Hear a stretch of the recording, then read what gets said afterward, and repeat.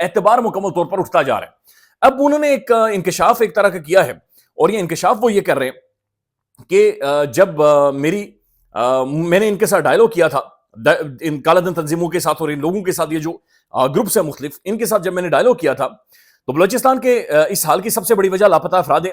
آج بھی یکجہتی کمیٹی کے ایک لڑکا اور لڑکی کو اغوا کیا گیا ہے. تمام سیاسی جماعتوں نے ناراض لوگوں سے مذاکرات کے لیے ہمیں مینڈیٹ دیا. جب مذاکرات کامیابی کے قریب پہنچے تو اسٹیبلشمنٹ نے فیصلہ ویٹو کر لیا. وہ یہ کہہ رہے ہیں کہ جب ہم نے مذاکرات کی ان کے ساتھ تو 80% ہمارے مذاکرات طے ہو گئے تھے, اور ہم نے 2 چیزیں ان کے سامنے رکھی تھی, اور وہ پہلی چیز یہ تھی کہ جناب آپ ہمارے سیکیورٹی معاملات یا سیکیورٹی اداروں پر کوئی حملہ نہیں کریں گے, اٹیک نہیں کریں گے. دوسرا, پاکستان کے کانسٹیٹیوشن کو مانیں گے, وہ اگری کر گے. اور مالک صاحب عبد المالک بلوچ صاحب یہ کہہ رہے ہیں کہ انہوں نے ڈیمانڈ یہ رکھی کہ سکولز بنائیں, مسنگ پرسنز کا مسئلہ حل کریں, ہمارے لوگ نہ اٹھا جائیں, اغوا نہ کیا جائیں. لیکن ہم کہہ رہے ہیں کہ ہمیں سمجھ نہیں آ رہی. نصرت جاوید صاحب یہ کہتے ہیں کہ اگر اب کوئی سوچتا ہے کہ پولیٹیکل سولوشن نکالا جائے گا, ایسا کچھ بھی نہیں ہوگا, کوئی بھی اس پولیٹیکل سولوشن نہیں نکالا جائے گا.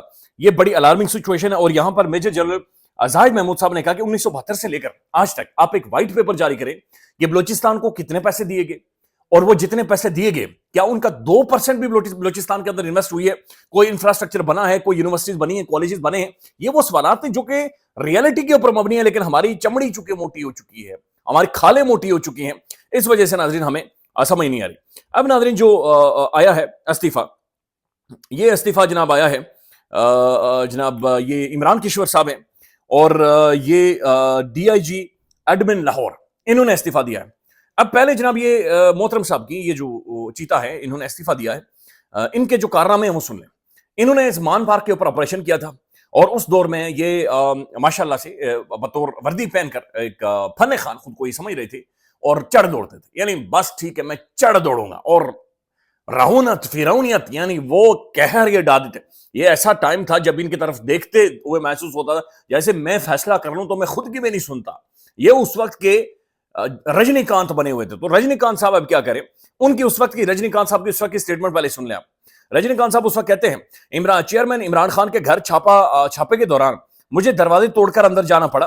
بشرا بی بی نے میرے ساتھ بدتمیزی کی ہے, لیکن بشرا بی بی کے کمرے سے مجھے ایک باکس ملا ہے, اس باکس کے اندر راکھ بھی ہے, اور اس باکس کے اندر تعویذ بھی تھے. یہ کون کہہ رہے؟ ڈی آئی جی عمران کشور. اس وقت کی گفتگو ہے جب یہ خان کے خلاف چڑھ دوڑے تھے, اور ظاہر ہے اس وقت دکھایا گیا تھا کہ جناب تو مال دیا جائے گا, پروموشنز ملیں گی, دھمڑی ملے گی, بیویوں کے پرس, بیویوں کے بین الاقوامی ٹور, تو جناب زندگی بن جائے گی. تو یہ جناب اس وقت ان کی سٹیٹمنٹیں تھی جب یہ چیتے ہوتے تھے. اب یہ کیا کہہ رہے ہیں؟ یہ کہہ رہے ہیں اپنی ضمیر کو سروس کی سخت حقائق سے بوجھل پا کر میں اپنی پولیس سروس سے استعفیٰ پیش کرتا ہوں. انہوں نے انگریزی میں لکھا ہے, تو انگریزی میں پڑھنا نہیں چاہ رہا, چونکہ وہ انگریزی پڑھنا توہین ہے اس ملک کے اندر جس ملک کی قومی زبان اردو ہے. تو یہ اردو میں اے آئی سے ٹرانسلیٹ کر کیا بڑی مشکل سے, تو یہ آپ کے سامنے رکھتے ہیں. انہوں نے کہا میں نے پاکستان میں سروس کے دوران ضلع قاسور, شیخو پورہ, نارووال اور مظفر گڑھ کی کمان کی, اور لاہور میں او سی یو جے آئی ٹی کے سربراہ 9 مئی کے کیسز اور D I G admin Lahore کے طور پر اپنی ذمہ داریاں نبھائی ہیں. یہ 9 مئی کے حوالے سے معاملات کی جو جے آئی ٹی بنی ہوئی ہے اس کی بھی یہ سربراہی کر چکے ہیں. میں نے اپنے حلف کا ناقابل تسلیم عزم کے ساتھ نبھایا ہے, جو اکثر ذاتی قیمت پر آیا ہے, جس نے مجھے بہت سے جواب نہ ملنے والے سوالات سے دوچار کیا ہے. سروس نہ تو قابل عمل ہے نہ مطلوب, کیونکہ اس کے پیچھے کے اسباب جیسے کہ تنہائی مجھے کافی وقت دیتے ہیں. میں اس کے انگلش میں ٹرانسلیٹ کر دیتا ہوں, چونکہ انگلش جو انہوں نے لکھی ہوئی ہے اسی کو پڑھنے کی کوشش کرتے ہیں اور سمجھنے کی کوشش کرتے ہیں کہ آخر یہ کہنا کیا چاہتے ہیں. لیکن بہرحال ان کا جو سارا موٹا موٹا خلاصہ ہے, وہ موٹا موٹا خلاصہ یہی ہے کہ جناب انہوں نے آج استعفیٰ دے دیا ہے, اور یہ کہہ رہے ہیں کہ جناب میرے ہاتھ کھڑے ہیں اور میرا ضمیر بار بار میری ملامت کر رہا ہے, لہذا میں اپنی نوکری سے استعفیٰ دیتا ہوں, اور میں اب زندگی میں موو آن کرنا چاہ رہا ہوں, میں اب آگے بڑھنا چاہ رہا ہوں, میں اب مزید چیزوں کو اب آگے لے کر نہیں چل سکتا. تو یہ پہلا چیتا ہے جس نے استعفیٰ دیا ہے. 9 مئی کے غبارے سے بھی ہوا نکل گئی ہے, 9 مئی کی بھی اس میں دھجیاں اڑ گئی ہیں, اور یہ بالکل بیک فٹ پر چلے گئے ہیں.